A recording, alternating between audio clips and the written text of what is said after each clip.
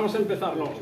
Boa tarde a todos e a todas, moitas gracias por vir aquí a esta presentación deste libro. Eu son Antón Tenreiro, son do Lar de Unta, de alguna maneira, pois, bueno, vou facer un pouco a introdución, non? Para nós é un grande privilexio ter aquí a dúas persoas que están aquí á miña esquerda, que non o digo por quedar ben, porque os coñezo os dous, para quen non o coñeza, Alfonso Blanco, que é un pouco, bueno, é o presidente de Xermolos, é o responsable de que se editara este libro de Manolo, e que non coñeza a Alfonso, que xa é difícil, non? E a súa labor en toda a Terra Chá, en Guitiriz en particular, pero na Terra Chá en xeral, a través de Xermolos, a través da Irmandade de Manuel María, etc., con moita actividade social, cultural, de defensa do patrimonio, defensa dos dereitos das persoas, etc., pois creo que sería imposible de resumir, non, en poucas palabras.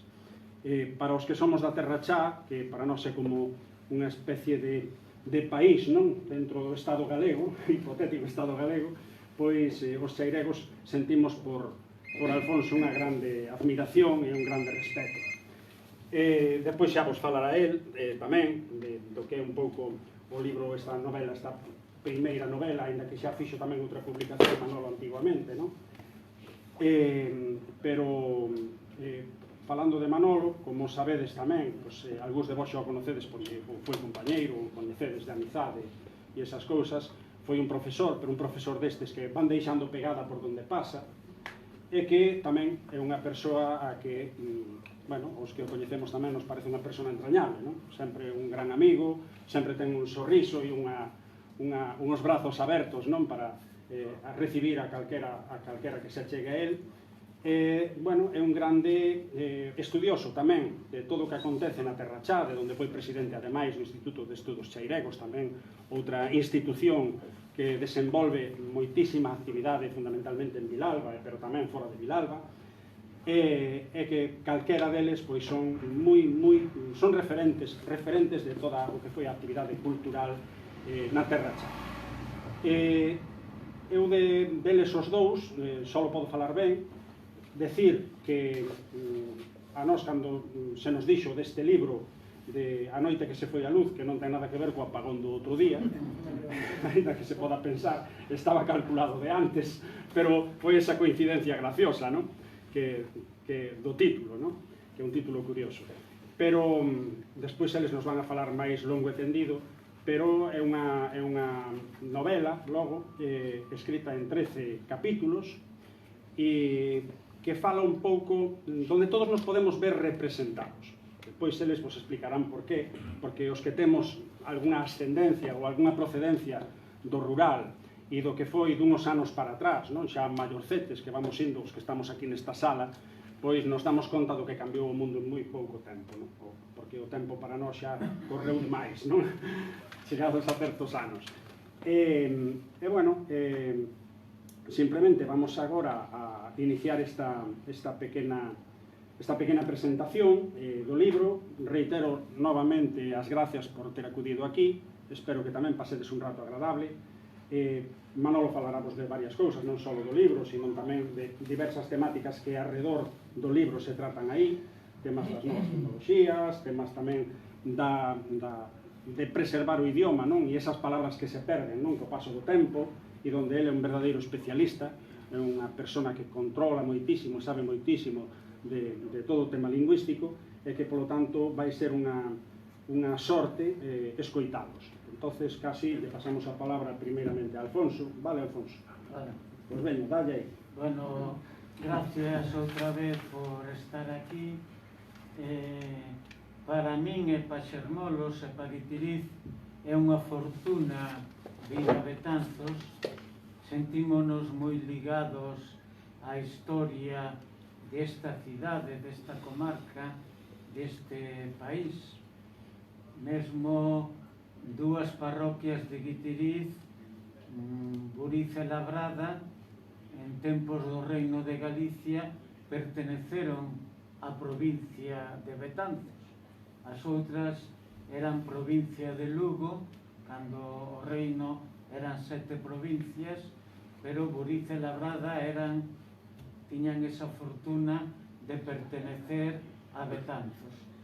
Mesmo o noso gran poeta Díaz Castro deuse a coñecer pois tamén en Betanzos, naqueles premios que recibiu nas festas de Betanzos, loando, cantando a poboación desta vila, e que decir pois do tempo dos Andrade, mesmo a pedra, a cantería deste monumento funerario que tedes na igrexa de San Francisco dun Andrade procede de Parga, de Guitiriz.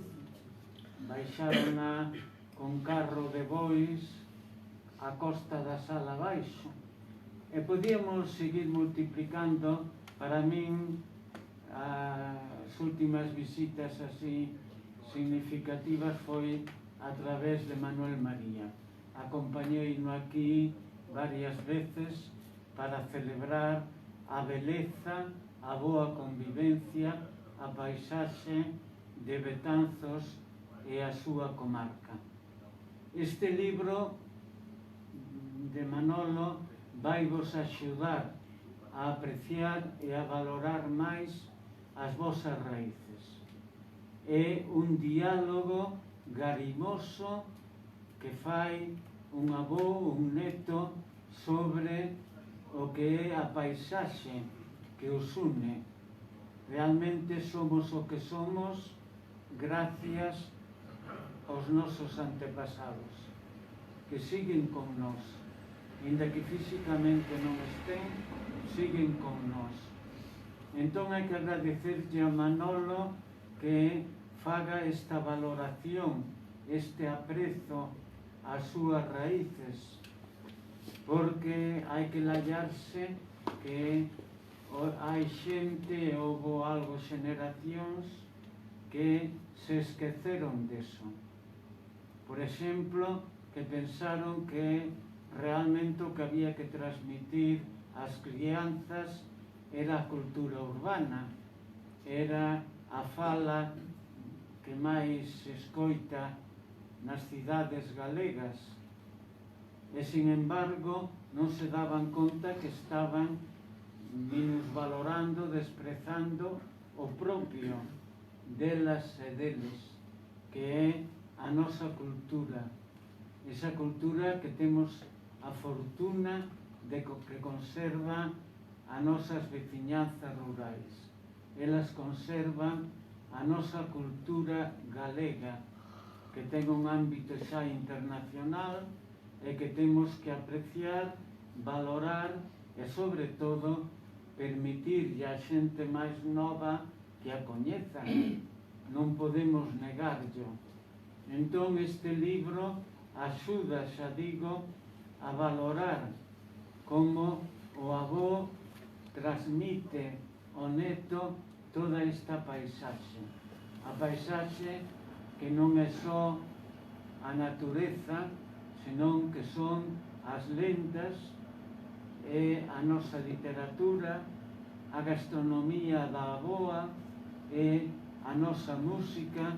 Mesmo este ano, celebrando as cantareiras, celebrando as pandereteiras, estamos tamén celebrando toda esta cultura importantísima que teñen que coñecer, querer, valorar e seguir estimando as xeracións máis novas.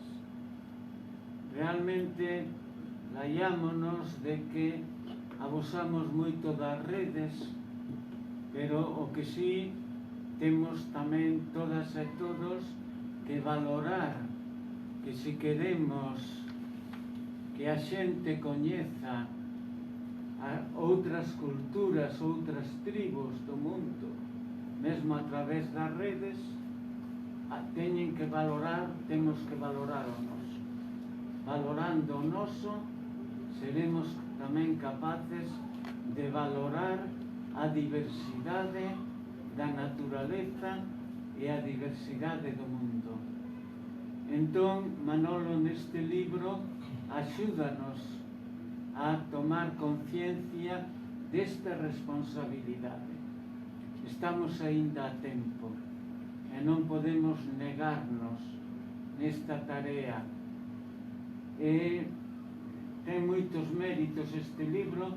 Quero valorar tamén o aprezo que ten pola lingua, pola linguaxe, polo vocabulario, mesmo neste elenco, neste vocabulario que nos transmite o remate do libro, de palabras que para min algunhas xa pensei que estaba perdida, e que el dalle vida a través destas conversas, destas lendas, destes contos. E como dicía, ou quixen dicir ao comenzo, Betanzos non é tan alleo a Terra Chá, nin a Guitiriz, nin a Cova de Serpe, que separa Sobrado, Friol, Guitiriz. E, xa digo, vaivos molar un pouco estas lendas como os Boedos. Estamos falando dunha comarca donde as lagoas están rodeadas de serras, de montes importantes que xuntan e unen dúas provincias e varios concellos. O fermoso do noso país é poder valorar as raíces de cada comarca. A mí Manuel María axudoume a collerlle máis agarimo. Vivín algo en Betanzos cando traballei na Coruña, de case adolescente. Vivín en Betanzos e collinlle moito agarimo esas tabernas baixando cara ao río, cara aos centros de ensino, e as igrexas, o románico, coñecedes vos millor. Realmente a poboación da veciñanza de Guitiriz acudimos a miúdo a Betanzos a celebrar o propio desta comarca e as vosas raíces. A través deste libro teredes tamén máis a man todo este mundo, todo este universo que é a nosa comarca. Gracias outra vez por estar aquí.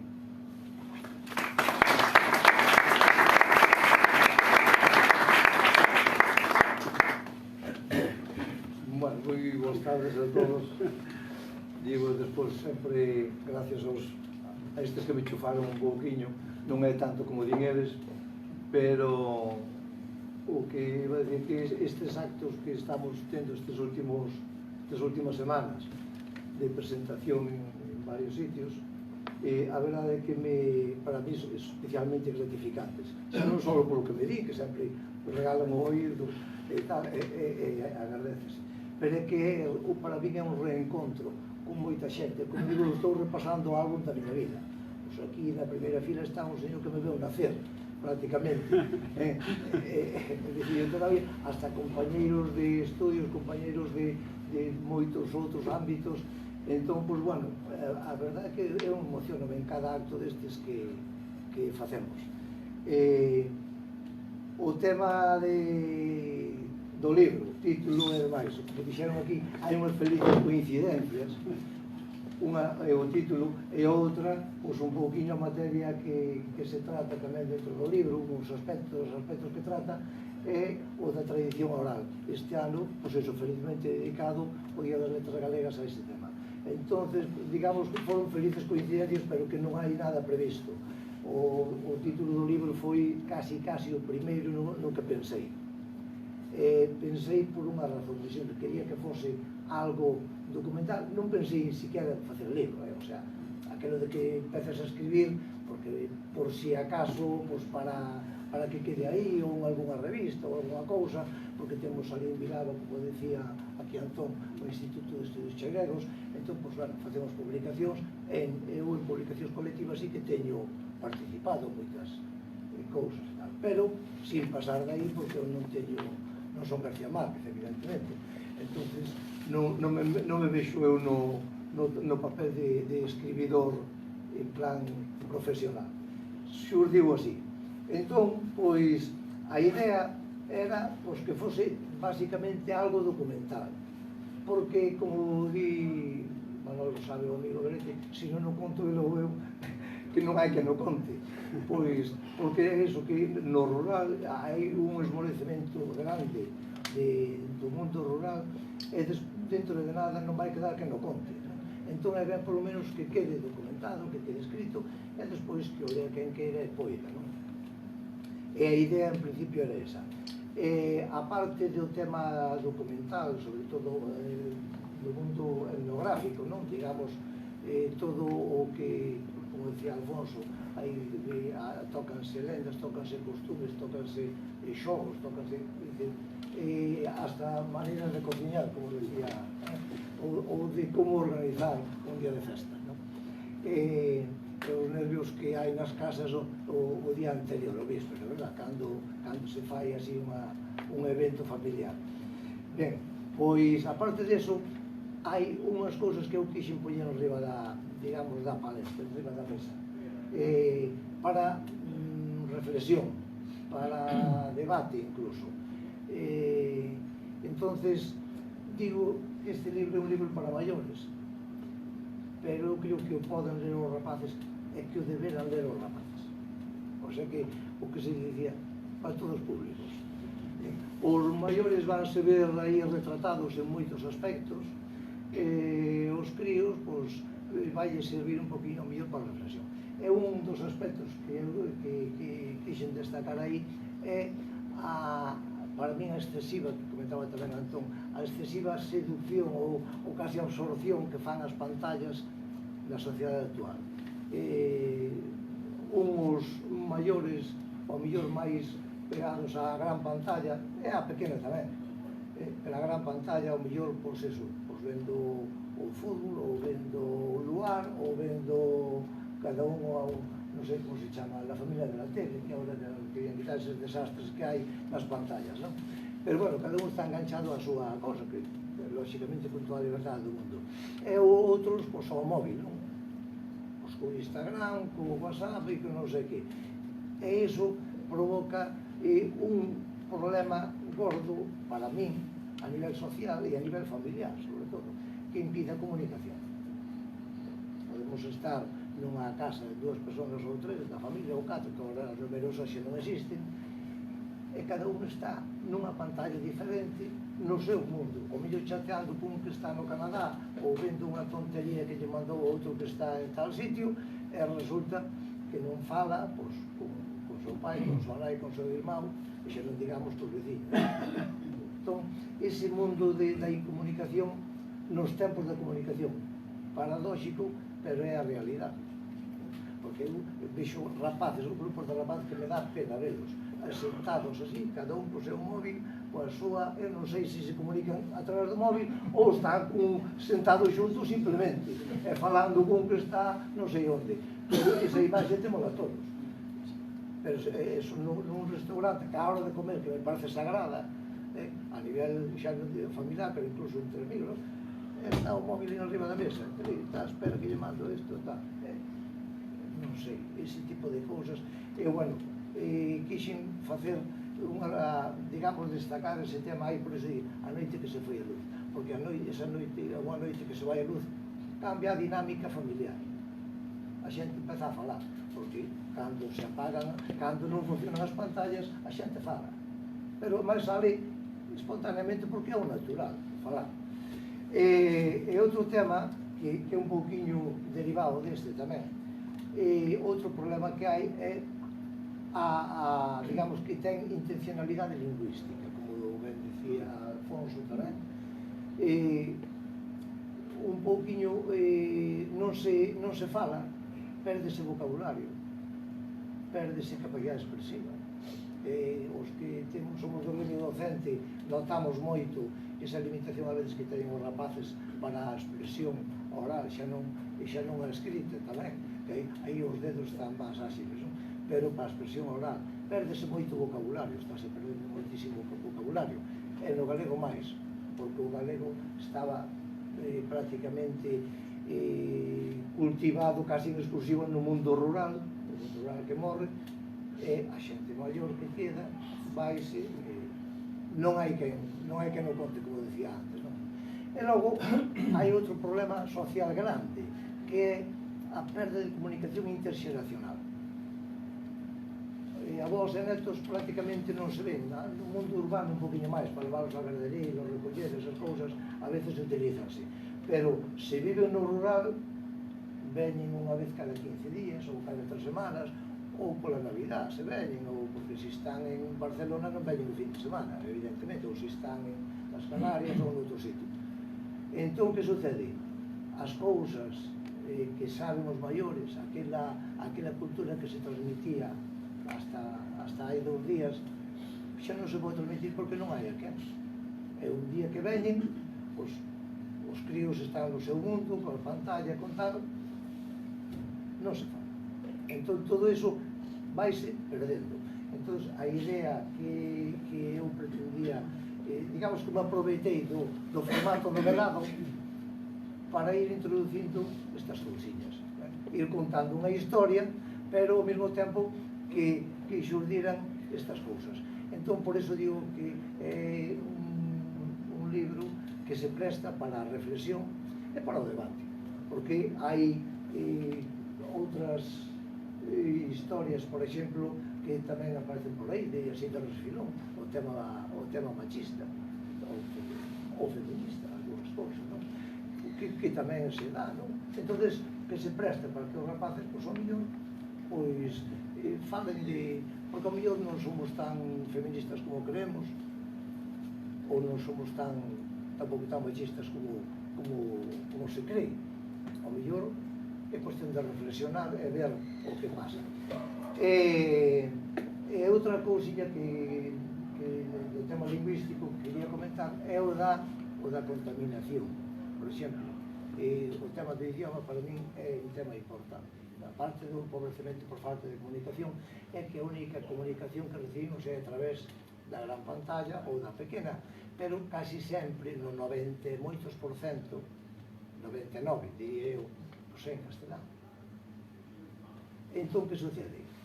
Pois que non hai esa transmisión. Non escoito palabras. Eu ainda hoxe lles mandei á Real Academia, agora pola tarde. A Real Academia mandei unha palabra que eu escoitei toda a miña vida, por exemplo, deñar. Deñar, seguramente que non vos di nada a ninguén de vos. Bueno, pois deñar, eu escoitaba a miña nena cando estaba facendo unha trastada, e lo mellor, non dicía, mira que tal, e non deña, quero dicir, non deixa de facer eso, teima co mismo, bueno, pois deñar aparece no diario da Real Academia, con outro significado, pero no diario, no dicionario Estaviza aparece con ese mismo significado. Quer dizer, unha persoa que non os coita nunca a poderá transmitir, que en día esa palabra di moitas máis. Eu outro día que están ali uns amigos que estiveron en Vilalba como digo eu, non colleron ben a primeira ou son viciosos do tema, entón volveron hoxe. Teño moita fe, teño moita devoción, somos bons amigos. Dicís unha palabra que está moito de moda estes días, ainda hoxe, o dos bulos, bueno, pois bulos. A palabra bulo, todos sabemos o que significa, verdad? Bueno, pois hai unha palabra galega, viva, que eu escoitei ya a persoas que viven. A meu compadre, concretamente, que ten 10 anos menos que a min, o sea, pero que é do gurí, escoitei a palabra alburgada. Perdón? Alburgada. Alburgada. Pois alburgada, se vamos ao dicionario da Real Academia, aparece, pois eso, expresión dito e tal, que se falso con ánimo de engañar. Bulo. Pero é que, claro, as formas de vida, é lógico, non se trata de volver ao vocabulario, pero, bueno, saber que existía, incluso ás veces extrapolado. O sea, unha cousa que se utiliza nun campo, nun ámbito, pode ser perfectamente utilizable noutro. Eu decía outro día, por exemplo, o de a pá pá de meter os bolos no forno era a pá. Pero claro, se ímos a unha ferretería por ela, xa non dicimos unha pá, dicimos unha pala. Pala en castellano, porque aparece ali a nivel industrial e tal, palas bellota, ou non sei de que marca son por aí. Bueno, todos temos na casa, seguramente instalamos un calentador, verdad? Temos un calentador. E para que é un calentador? Para calentar a auga. Non será un calentador, ou un calentador. Pero é o de buxir e ordeñar, que já, como é un ordeñador, na máquina xe é ordeñador. Ou a da ovella é lá, pero se é de pingüín esmeralda xa é lana. Cando é a mesma cousa. É falar en galego, falar en castelán, simplemente. Pero quer dizer, como os medios de comunicación contaminan, e contaminan moito. O sea, toda a cartelería industrial, todo iso é tamén os medios de comunicación. Eu vexo na televisión galega, na radio galega, cantidad de veces, incluso ás veces, porque eu son moito de, ás veces mando eu son a radio, mire, isto tamén se di desta maneira. Porque claro, ti escoitas, acabache parecendo normal, incluso, ainda que sea castrapo. Acabalo escoitando e dis, bueno, xa será así, xa te pongan a dubidar, non? Entón, pois, bueno, por aí van os tiros, non? A parte da historia, valínme da historia esta de un avó e un neto, dunhos avós e un neto, digamos, para introducir todos estes temas a piñar a xente un poquinho a reflexión. Simplemente, pois, eso, agardar que o disfrutedes, e se non, pois, tirarle das orellas.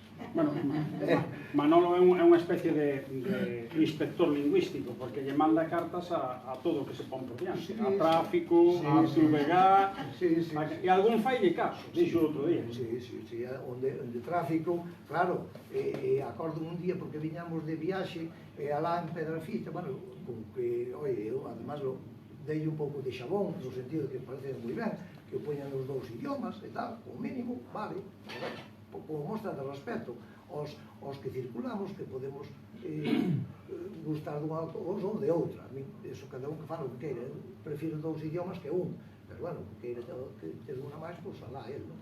Pero, poñía, si conduce, non te durmas ao volante, nas pantallas, non te durmas ao volante. Claro, eso non te durmas, escoitámoslo moitas veces e xa nos parece normal, pero que iso é un galego, iso é un galego macarrónico de todo. O sea, iso de nada, iso é, non adormezas. Cando un toma son adormece, non se durme, adormece.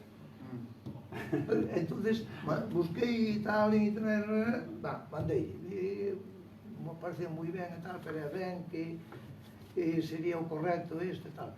Moitas gracias pola súa observación, procederemos ao cambio. Nada, aos 2 días ou así, xa estaba cambiado. Non adormezas ao volante.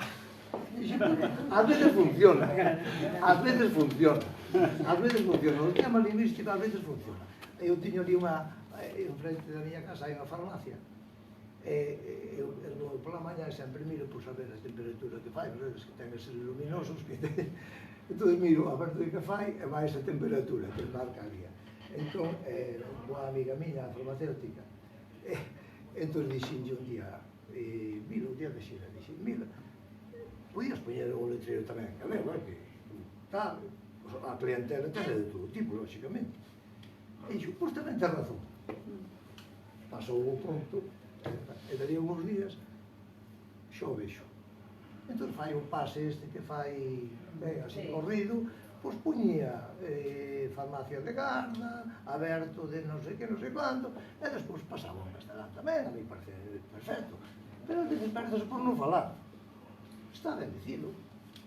E ora, en os días tamén, estaba a voltas cun topónimo, bueno, pois da Comisión de Toponimia, mandaron outro día un correo que procederemos ao tal, xa propuxemos e tal, a Xunta, que irá para 2026, porque deste ano xa está enviada, que a Comisión de Toponimia aproveitou, porque hai aberracións terribles. E ainda agora me comentaba aquí o meu veciño de crianza, o Nolo Ferreiro. Puxaron na autovía un río, e puxaron ali, Río da. Río Dá. Non existe tal río na vida. Ele é un pouco máis vello que a min.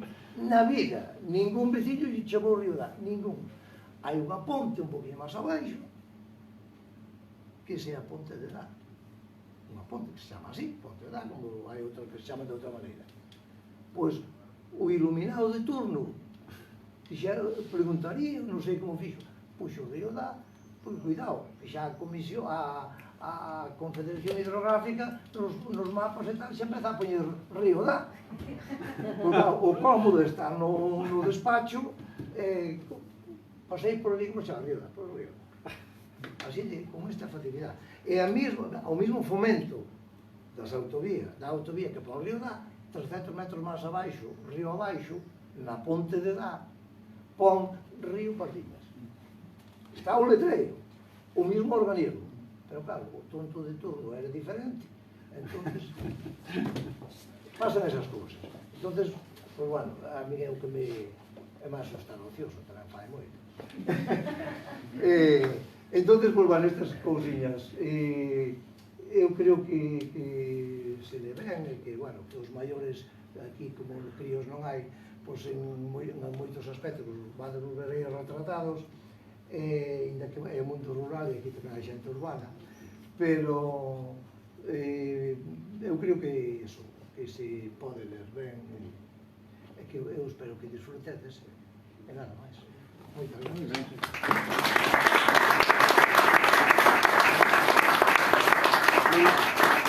Ahora abrimos aí un turno para quen queira comentar algo, preguntar, insultar tamén se pode. Polo baixo. Por WhatsApp, os insultos mellor por WhatsApp. Pois unha cosa que non sabía era o da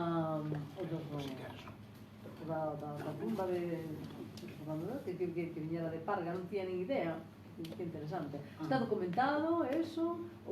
Sabe? Fixeron análisis da pedra? Sí. Bueno, non sei, Dondolín, desde que teño sentido, acordo e... Nunca o oíra, curioso. Bueno, Pedra Dalí de Parga foi tamén para a basílica esta da Sagrada Familia de Gaudí. Eso foi posterior, Que é claro. famosa a Pedra de Parga, sí. Eso por de tanto con lles... Cos Andrade estamos relacionados Betanzos e a Terra Chá. Pontedeume, non? Todo por aquí era deses. Entón... A mesma iglesia San Pedro de Nós, en Oleiros, a pedra é de Parga. Tamén. San Pedro de Nós. Tiña unha multinacional da pedra ali. A iglesia actual, que agora é do 1903. Agora. Está documentado, Pois eu digo, sabe, cando se fala de que non sei como farían para a Costa do Sal abaixo, non? Non sei como faría, porque para frenar unha pedra por aí abaixo, cuidado.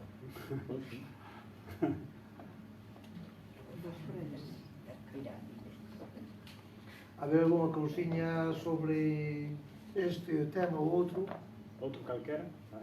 Aproveitade. Ali Pastora que estaba... A ver, Pastora, que estás aí exposta. Estás aí escondida. Claro. Eu xa o comentaste, bueno, eu xa o li, non sei se aquí alguna xente pode usar o... bueno, como era a presentación non sabía... Sí, para non destripar, non? Sí, claro. Bueno, eu xa dixo outro día na presentación de Vitiriz, que é un libro moi recomendable, moi necesario, que para Vitiriz é un orgullo ter... porque quedan aí cousas para sempre, para terminar documentadas, lugares hermosos que, a mellor, eu, por exemplo, son dos Vilares non tanto, pero para os de Guití, pues, lugares que ainda falaban antes con Ferreiro, como o Boedo, non? Que son tan simbólicos e tan importantes, sobre todo para a xente dunha xeneración, que eso, que é un libro que está moi ben para todas as edades, non só para as persoas maiores. Eu creo que é maravilloso, penso moitas veces a miña nai no que lle gustaría poder vivir para poder ler, o que lle encantaría. Pero tamén, o que decías, que tamén me parece un libro moi para a xente moza, porque hai moitos temas aí que se poden tratar, incluso nos colexios, nas aulas. Vexo moi recomendable para aí. E logo eso, así, unha valoración así xeral, que vexo é que eso, que está moi ben tratado a tensión entre o vello e o novo, non? Sí. Bueno, pues as novas tecnologías, como somos para unhas cousas, pero claro, como se decías aí, como... Outro día, o mellor comentario de texto que tivo, o mellor comentario que tivo o libro, a nai dun amigo, que debe ter 91 anos, mandoume unha foto a señora, pois a típica cociña desta central de ferro, e a señora detrás, cas gafas, e lendo no libro. Entón mandoume unha foto. A señora ten 90 ou 91. E dixen, e que lle pareceu? Despois daría uns días, non? Cando estaba lendo e tal, daría uns días, que lle pareceu? Dixo, como a vida mesma. Este é un comentario de texto. Dixo, como a vida mesma. O sea que eu creo que é interesante, que pode ser interesante para debatir, sobre todo, para reflexionar, porque ademais pasa unha cousa, moitas veces o tema do mundo rural, que nos parece todo moi bucólico, todo moi ben, todo estupendo, pero hai no que coñecer, porque moitas veces, incluso para querelo, para defendelo, hai no que coñecer, porque claro, estou aquí e dime, alán, tal sitio, alán, parque natural, que o van destrozar ou que van facer unha mía. Se coñeces aquilo, dices, que pena, oi, aquilo é precioso e tal.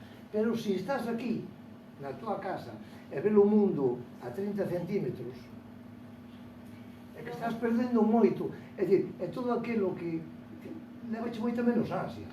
Ora, se ti coñeces, se vinculas esa paisaxe, digamos, aos sentimentos, iso funciona. Pero claro, se ti na Antártida, non, que non sei que, bueno, porque os medios de comunicación que di, hai cambio climático, pois se non, o que nos preocupa nos Antártida, que é a Antártida, os Pirineos franceses. Nada. Ora, se os coñeces, e ves que ali hai unha riqueza natural, ou que hai vida, que hai... Dicir, ao mellor non tes a mesma insensibilidade. Tamén me parece moi interesante o que dura o tempo, o que duraba o tempo, o sea, canto tempo había, que parecía, porque o libro transcurre moito en un fin de semana. Non, algo máis, algo máis. Bueno, pero sí, porque hai unhas vacacións por medio. Sí, pero unha fin de semana... Sí, é o detonante, é o detonante. E aí, sobre todo, como tratas o detalle da cousa toda miúda do día a día, non? As cousas así máis pequenas, que non teñen nome, que a mí non están, que non lle das tanta importancia, pero como, bueno, é increíble ese detalle, non? Que faz de cada cousa, e eso sí que, dis cantas cousas pasaron nun fin de semana, ou canto se fixo, ou canto lle contou nun fin de semana, ou cantas cousas, sabes, que parece que un fin de semana ahora, e que non faz nada e que xa... Pero falando dá moito de sí, o sea, claro, se dedica solo a conversa, pero enlazando un pouquiño co que decía antes, este crío acaba enganchado coas historias, con todo o que vai vivindo, no? Ao longo do libro, que nunca falara tanto con él, nunca... Entonces estaba un pouco máis preocupado polas súas historias, lógicamente, pero en canto hai algo que che conta ou tal, entonces ves, e acaba enganchado, no, digamos, nas historias de... E oiche, Manolo, porque, claro, parece que se xuzgamos todo desde o punto de vista o que decías ti do que é o mundo urbano, non? Dices ti, que desastre isto, non? Isto se está perdendo toda a conexión. Pero, sin embargo, non sei se é sensación miña únicamente, pero creo que me gusta ser positivo tamén, non? Eu vexo que hai moitísima xente moza agora que se está enganchando a todo isto da tradición. Vénseña a través do tema musical, nunca vin tanta foliada como vexo agora, multitudinarias moitas veces, non? e que de alguna maneira é unha maneira tamén de enganchar, non? Con ese mundo que ven de atrás, pero xente moza, xente moi nova. Hasta en Xogueiras fixeron o seu tamén. Sí, tamén. No, pero ao xa... final ven a través da pantalla, Sí. pero bueno, a veces, se a pantalla, non, cuidado, non é esencialmente mala. O sea, tampouco internet nin o móvil é esencialmente malo. Eu sempre digo, o lume non é malo, non. É o uso que se faga dele. Pode fazer un bon churrasco ou queimar o monte. Quero dicir que as pantallas tamén teñen a súa parte positiva. Tampouco vamos volver ao tempo trogloditas. Pero o tema é o uso que se faga desas cousas, non? Entonces, hasta en Xogueiras fixaron moito, pues, crearon moitas pandereteiras por aí adiante. Pues, estupendo, se sirve para poñerse en contacto co folclore e valorar o que facía, o que fixeron este ano por la galega, non? Por exemplo, pareceme estupendo, pero está ben coñecelo, porque, como dice, como se di polos amigos, coñecer o que é amar, non? Pois isto tamén, se descoñece unha cousa é imposible quererte.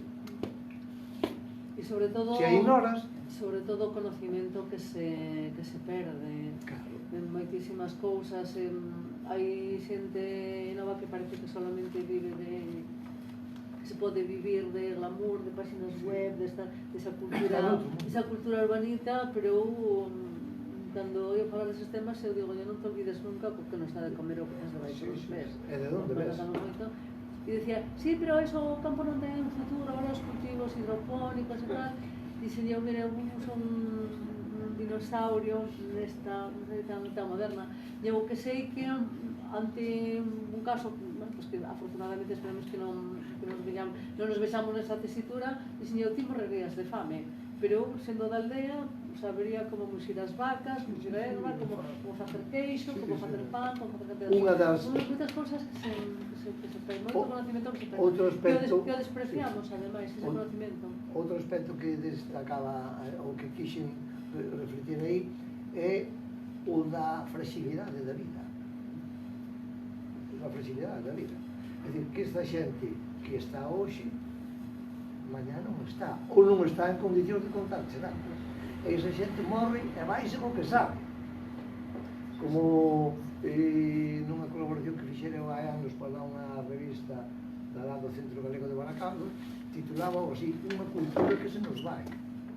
Por qué? Porque además todos temos ese sentimento, seguramente, que pena, se fose hoxe falaba máis con este amigo, ou con este abuelo, ou con esta persona. Temos casi todos, eu creo que temos un pouquinho ese sentimento. Había de preguntar máis sobre isto, había de...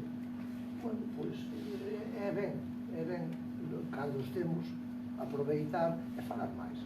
Sobre todo os novos, porque son os que van continuar, de alguna maneira, coa súa versión, coa súa nova orientación, pero o saber como foi, de onde leu algo, iso é interesante. Cando ve xente nova, por exemplo, que bufa en contra da emigración, si se o volle contara que o mellor non é, porque o mellor tuvo a sorte de non poder emigrar, pero que o veciño do lado se tuvo que deixar fillos pequenos, non había traído con negra para irse a ganar o garbanzo a Cuba, a Alemania, e toda esa tristeza, ese desarraigo, pues, sería moito máis doado comprender a situación e faría hoy tamén mellor persona. Pero bueno. Bueno, despois, aparte deso, da comunicación, do que nos escoitemos, aproveito ao fío deso, que está aquí Alfonso, para decir que hai as entidades como Xermolos que sí recuperan moito da memoria, están en contacto con moita desa xente maior. Ahora, recentemente, acaba de sacar esta revista sobre o Reinote, que era un capador, ahora non hai os capadores que andaban antes polas aldeas, pero que, ao mesmo tempo, pois tamén era unha persona que tamén facía versos, facía de todo isto. E gracias a entidades como Xermolos, que revistas destas levan un montón delas, documentos, libros, e todo eso, fai unha labor que, bueno, a verdade é que é impagable, non? Pois que tamén eso contribúe a que estas cousas, ou polo menos unha parte delas, pois preservalas e que non se perdan, non?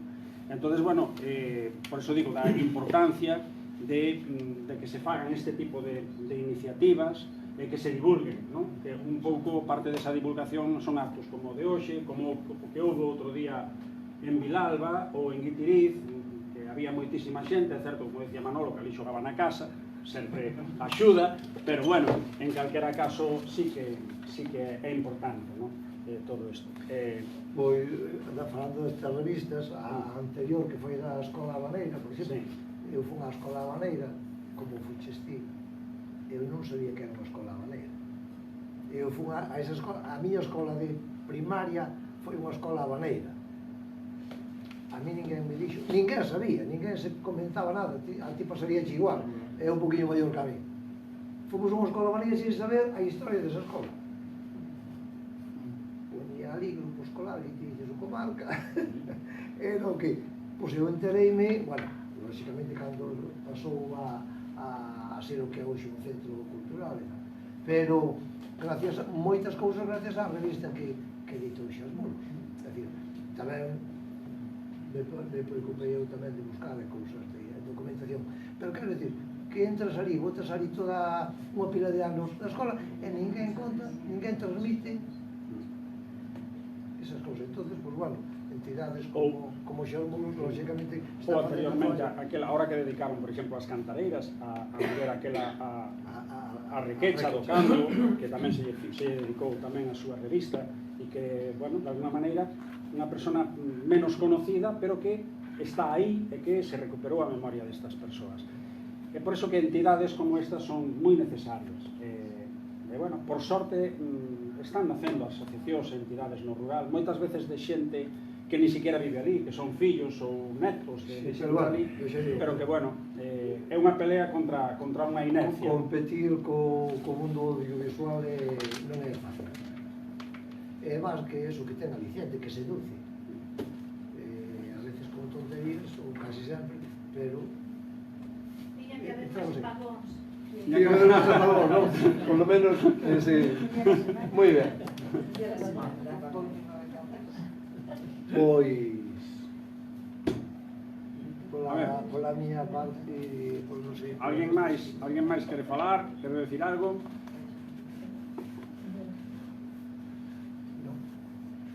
Pois, agora un minuto de publicidade, aproveito, xa que temos aquí público, pois tamén un pouco ao fío do que decía da historia daqui de Betanzos e dese sartego, non? De dos Andrade que hai aí, pois nós vamos a facer a semana que ven as quintas xornadas irmandiñas, que é un pouco para recuperar tamén a memoria medieval de Betanzos previo á feira medieval. Feira medieval que se celebra aquí, ao final acaba sendo un feirón de pasear, comprar e tomar algo.